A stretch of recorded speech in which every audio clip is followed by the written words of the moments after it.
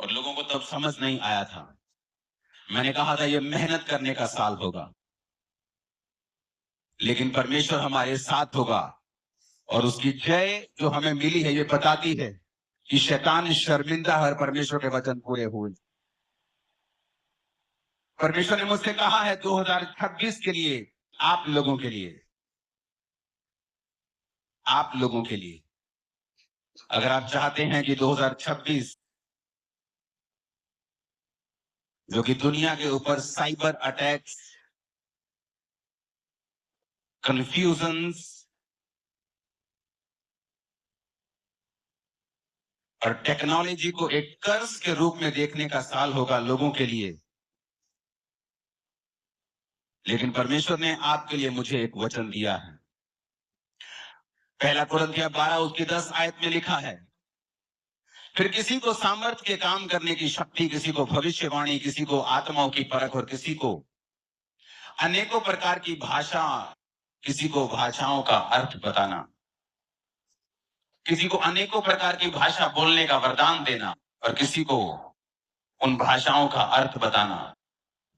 पहला कुरिन्थियों 14 उसकी 2 से 4 आयत में लिखा है, क्योंकि जो अन्य भाषा में बातें करता है वह मनुष्यों से नहीं परंतु परमेश्वर से बातें करता है, इसलिए कि उसकी बातें कोई नहीं समझता, क्योंकि वो भेद की बातें आत्मा में होकर बोलता है। जो भविष्यवाणी करता है वह मनुष्यों से उन्नति, उपदेश और शांति की बातें कहता है। जो अन्य भाषा में बातें करता है वो अपनी ही उन्नति करता है। जो भविष्यवाणी करता है वो कलीसिया की उन्नति करता है। मरकुस 16 उसकी 17 आयत में लिखा है, विश्वास करने वालों में निशान होंगे कि वो मेरे नाम से दुष्ट आत्माओं को निकालेंगे, वो नई नई भाषाएं बोलेंगे। नई भाषा बोलना एक वरदान है, एक गिफ्ट है। और परमेश्वर ने मुझसे कहा है 2026 में जो लोग बचना चाहते हैं, जो लोग जीत प्राप्त करना चाहते हैं, जो लोग सुपरनैचुरल मिरेकल्स को, हीलिंग्स को, इनकाउंटर्स को परमेश्वर के संग महसूस करना चाहते हैं, वो 2026 में आज तक जितना आप गैर भाषा में नहीं बोले उतना 2026 में बोलिए। गैर भाषा बोलना आपके लिए 2026 में लाजमी होगा, जरूरी होगा। और अगर आपके पास पवित्र आत्मा का यह वरदान नहीं है तो आज जब वर्शिप होगी, परमेश्वर का आत्मा आप पर उतरेगा। जो ऑयल आपके हाथों में है उस ऑयल से आप अपने माथे को मसा करें, और जब वर्शिप होगी उस वर्शिप के दौरान उस ऑयल को अपने माथे पे लगा के खुदाबंद से कहें कि जिस तरह तूने पेंटिकोस्ट के दिन 120 लोगों के ऊपर अपना पवित्र आत्मा उतारा था, आज परमेश्वर मैं अपने दिल को खोलता हूं, मुझ पर अपना आत्मा उतार।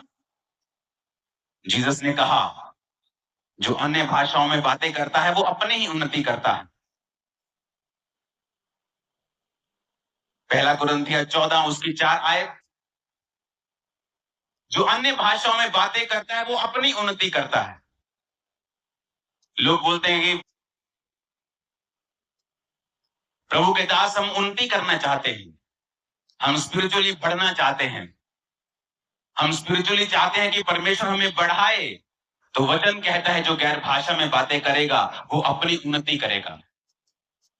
अगर आप गैर भाषाओं को पढ़ेंगे, बाइबल में लिखा है कि तुम अपने अति पवित्र विश्वास में आत्मा में प्रार्थना करते हुए, आत्मा में प्रार्थना करने का मतलब है गैर भाषा में प्रार्थना करना।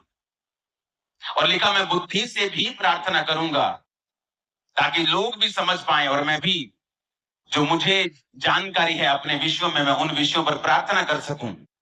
पर मैं गैर भाषाओं में भी प्रार्थना करूंगा कि जो चीजें मैं नहीं जानता मुझे चाहिए, ताकि मैं अपना शरीर पवित्र आत्मा को दूं और वो मेरे शरीर के द्वारा जो प्रार्थना करनी चाहिए, चाहे वो आपके द्वारा परमेश्वर किसी के लिए प्रार्थना करे, चाहे वो आपके लिए करे, उस समय के लिए आप पवित्र आत्मा को अपना शरीर किराए पे देने के बराबर है कि आप उसको अपना शरीर देते हैं, वो आपकी बॉडी को इस्तेमाल करता है। आप गैर भाषाएं बोलते हैं और बहुत बार जब आप गैर भाषाएं बोलते हैं आप नहीं जानते आप किन लोगों के लिए प्रार्थना कर रहे हैं। लेकिन परमेश्वर का वचन